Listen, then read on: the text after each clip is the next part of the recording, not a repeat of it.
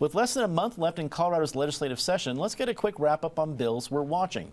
The bill titled Sustainability of Rural Colorado passed the Senate Finance Committee. If approved, it would free up $350 million in funding toward rural schools, roads, and hospitals.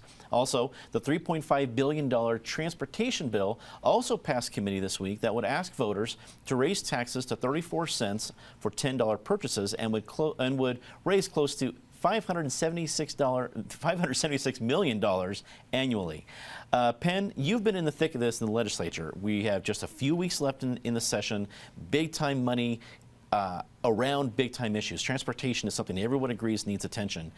What do you think we're going to see at the end of the session based on the bills we're seeing right now? We'll see a mess because fundamentally both of these bills address the major shortcoming of TABOR, and that is when you have good economic activity, even though there's been no new tax or increase of a tax rate, TABOR prohibits government at all levels from using the revenues that come in just from economic activity to fund the things that people say they want. And what it then drives is this series of choices where you're pitting rural Colorado against the rest of the state, where you're trying to contrive a way to rationalize a tax increase to fund necessary bridge and road repairs in the state. But the problem is we now, in many ways, have a community ethic that I think TABOR has fostered that has people think you can get something for nothing. That is, you can get all these schools and roads and everything and not pay for it. And the math just doesn't work.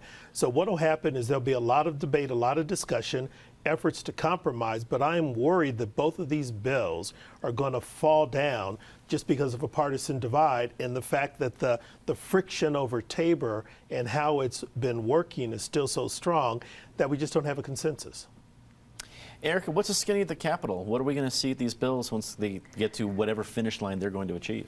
Well, the sustainability of the bill to reclassify the hospital provider fee, that went from the Senate Finance Committee to Appropriations, and then they tabled it, and right now it's not on the calendar, which is not a great place for a bill to be.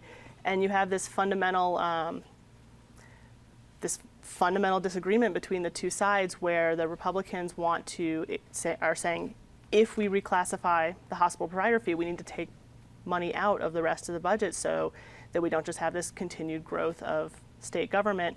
And the Democrats feel like that completely defeats the purpose of reclassifying the hospital provider fee. The whole reason to do that is to free up money for the rest of the budget. So it's going to be very difficult, I think, to find that common ground there. I think the transportation bill is going to come out of the legislature, but voters have not been real friendly to sales tax increases, so that's going to be an uphill battle. Patty, what do you think? Are we going to be voting on a sales tax increase for transportation this fall? I think we will be. I bet early on that, because that's one of the things Coloradans, unless they happen to be riding the bicycles that Michael Hancock thinks we're all doing downtown so we can park, everyone is encountering problems on Colorado's roads. They've all hit those potholes, they've all hit those traffic jams, they've all hit bridges that are in disrepair. I think that's something Coloradans would stand up for.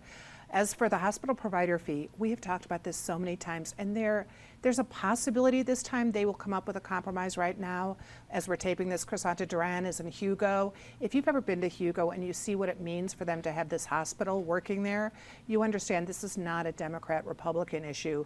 It's not just rural, urban. I mean, it really is what kind of services can we give to the people out there who need them. So I think there's a possibility for a compromise. David, the Independence Institute clearly has a dog in this fight. There's a proposal for your own ballot initiative. So just prognosticating between now and the end of the session, what do you think Colorado voters will be faced with as a result of the session? Well, what they should be faced with at the end of the session is the opportunity to exercise the choices that the Taxpayers' Rights Bill of Rights guarantees.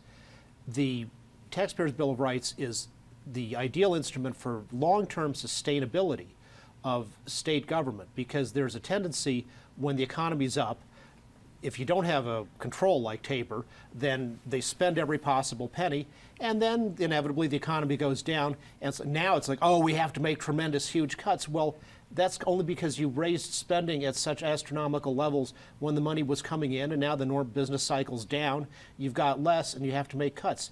Taxpayers' Bill of Rights says spending can automatically grow by population growth plus inflation. And if you want it to grow more, just go and ask the voters.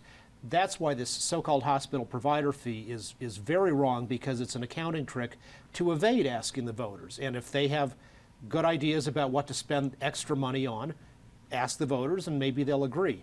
The transportation tax increase is the right way to do it under TABOR. You ask them, and if they want to do it, fine.